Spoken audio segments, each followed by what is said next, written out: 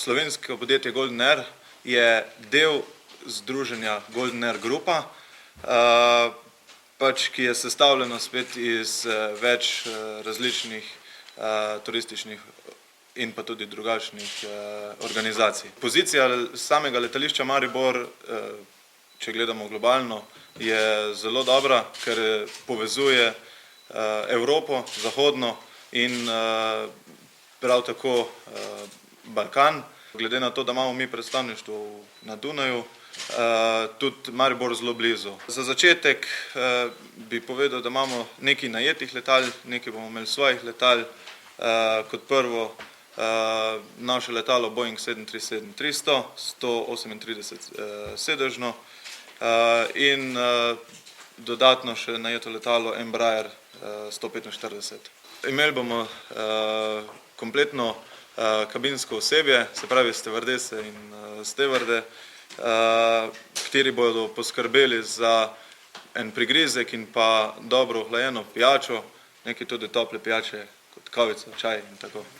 Vsi naši poleti bodo imeli torej tudi postrežbo, bomo imeli kabinsko osebje, vendar ne bomo imeli tople hrane, temveč bomo šli na tiste standardne snack variante, kar je v teh kontinentalnih letih zdaj več ali manj tudi praksa tudi pri večjih operaterjih. Golden Air Group je v principu podjetje, ki ima tudi turistične agencije in te turistične agencije, se pravi tukaj govorimo o tujih turističnih agencijah, so zaznale določeno potrebo po prevozu potnikov med Londonom in Dunajem in pa od Londona tudi v Slovenijo. V osnovi je naše podjetje čartersko podjetje, kar pomeni, da se bomo skupaj z našimi partnerji potrudili, da bomo tudi v tujini našli določene destinacije, ki bodo zanimive za polete z našimi letali. Konkretno govorimo o destinacijah, kjer so v bližini kakšna večja letovišča, tako da potem lahko napolnimo avion s pomočjo turističnih agencij in to tudi odletimo. Naša firma bo zagotovo zaposlovala. Mi smo trenutno zelo mala ekipa ljudi, imamo dobre namene, nekaj izkušenj iz preteklosti, v končni fazi nekaj tudi lahko pokažemo, ker jedro ekipe, ki danes tukaj v bistvu nastopa, je tudi organizirala Aviofan, pa mislim, da je to lahko neka taka pozitivna referenca. In naša želja je, da bodo posadke čim prej govorile slovensko v naših letalih. Pot letenja bo trajala nekje okrog 2 ure pa pol kompletno, s tem, da je postanek na Dunaju še 40 minutno. Tako da nekje okrog 3 ure pa pol bomo izvajali lete 3-krat na teden v prvih 2 tednih. Z manjšim 40-sedežnim letalom, Embraer Jetom. Potem po 2 tednih bomo prešli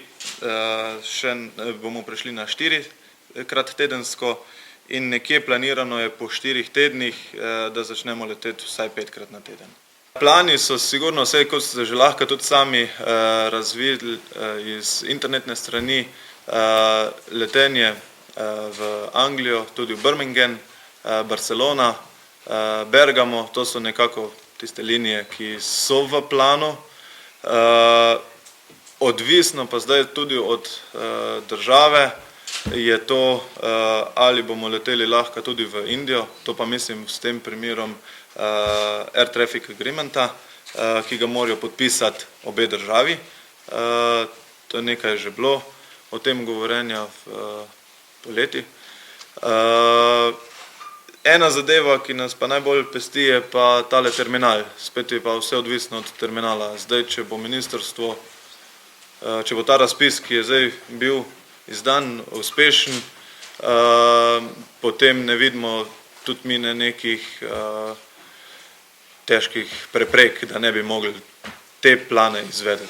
Dejstvo je, da v trenutni situaciji takšni, ko smo, moramo pač na nek način zagotoviti kvaliteten sprejem potnikov. V tem trenutku tega ne moramo zagotavljati in nismo neki konkurenčni ponudnik na tem področju. Zdaj, včeraj je pač strani ministrstva bil upravljen ta ogled, se pravi bodočih izvajalcev za nadaljevanje del. Jaz zdaj neuradno vem, da jih je bilo 15. Jaz upam, da bo nekdo izmed teh 15 izbran, pa da se bojo ta dela nadaljevala. Družba Aerodrom Maribor trenutno posluje z ničlo, ne, se pravi, da kar se tiče obratovalnih stroškov, jih redno pokrivamo.